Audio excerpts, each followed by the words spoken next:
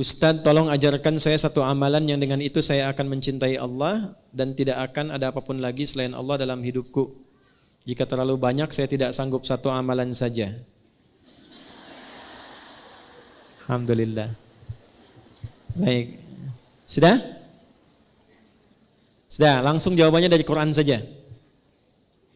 Di Quran surah kedua Al-Baqarah ayat 222. Sudah? Quran surah kedua ayatnya 222.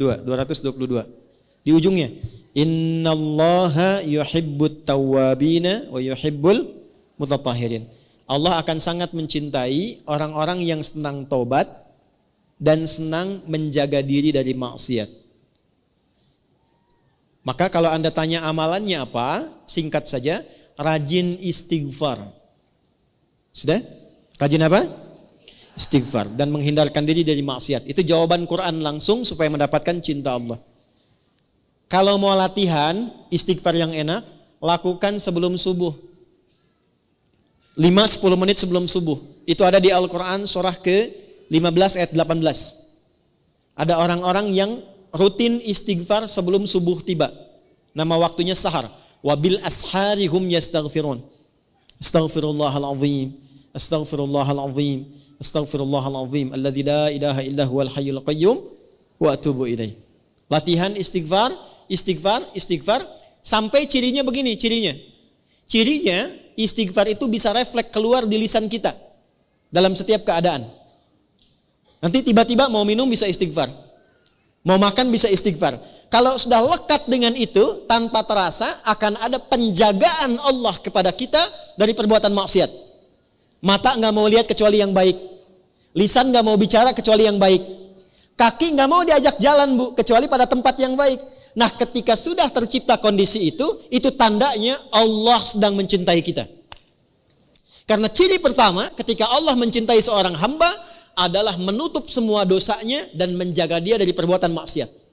Itu ada di Quran surah ketiga Ali Imran di ayat 31. Ketika seseorang sudah mendapatkan cinta Allah, maka diberikan tandanya bukan pada harta, bukan pada kedudukan.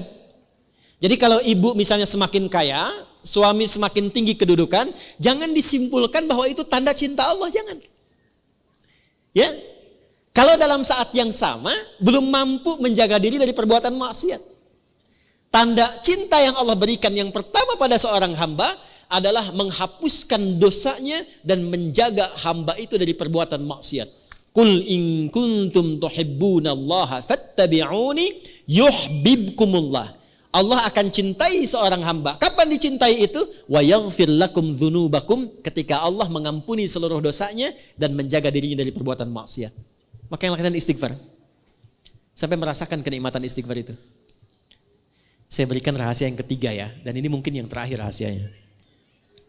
Bu, kalau istighfar sudah rutin dan rutin dilakukan dalam diri, maka yang paling dahsyat itu bahkan bisa menghadirkan nikmat Allah sebelum kita menjalani kebutuhannya. Bahasa gampangnya begini, bahkan perkara rezeki pun sebelum butuh Allah sudah siapkan. Sampai ke titik itu. Ya, sampai ke titik itu. Makanya dulu banyak orang-orang yang kalau ingin menarik perhatian Allah, dia banyak istighfar. Atau punya hajat itu, ya sesuatu yang bahkan penting, itu istighfar. Saya pernah cerita nggak di sini kisah tukang roti dengan Imam Ahmad tuh? Pernah nggak? Kan? Ada seorang tukang roti itu rajin istighfar. Istighfar. Satu kali Imam Ahmad itu nggak tahu kenapa pengen jalan. Imam Ahmad bin Hanbal yang hafal 1 juta hadis, jalan, lalu jalan jauh. Singkatnya beliau merasa lelah, istirahat di masjid, istirahat tiduran gitu. Itu oleh marbot masjid diusir supaya keluar dari sini katanya ya. Padahal itu imam besar karena belum tahu ini siapa, imam besar viral, diusir keluar. Istirahatlah di luar masjid, di pelataran. Itu sampai di luar pun diusir juga. Kata Imam Ahmad, saya istirahat sebentar. Enggak, Anda keluar. Ya, orang Arab itu kalau ngusir, pertama idhab, pergi. Kedua barwah, luar. Ketiga, rawah. Rawah itu maksudnya sudah jengkel. Kalau sudah jengkel, rawah keluar dengan roh-rohnya sekalian. Rawah kan. Itu Imam Ahmad keluar. Begitu keluar, lalu kemudian lewatlah tukang roti tadi. Ya, dia sedang membuat adonan. Karena melihat seseorang itu sedang lelah, capek, dipanggil. Syekh, kesini aja istirahat katanya. Ya. Lalu ketika istirahat, Imam Ahmad melihat setiap dia bikin adonan, dia istighfar. Dia istighfar, dia istighfar. Ditanyalah kemudian oleh Imam Ahmad, ma faidatu istighfarika laka? Tuan katanya, apa manfaat istighfar ini kepada pekerjaan Anda? Karena saya lihat setiap mau bikin adonan istighfar, selesai istighfar, bikin lagi istighfar. Imam Ahmad bukan tidak tahu manfaatnya, tapi ingin memastikan apakah keberkahan istighfar itu hadir pada tukang roti ini atau tidak. Maka apa jawabannya? Perhatikan jawabannya. Wallahi, ini kisah nyata. Demi Allah, tidak pernah saya membiasakan istighfar ini kecuali semua hajat saya dikabulkan oleh Allah Subhanahu wa taala.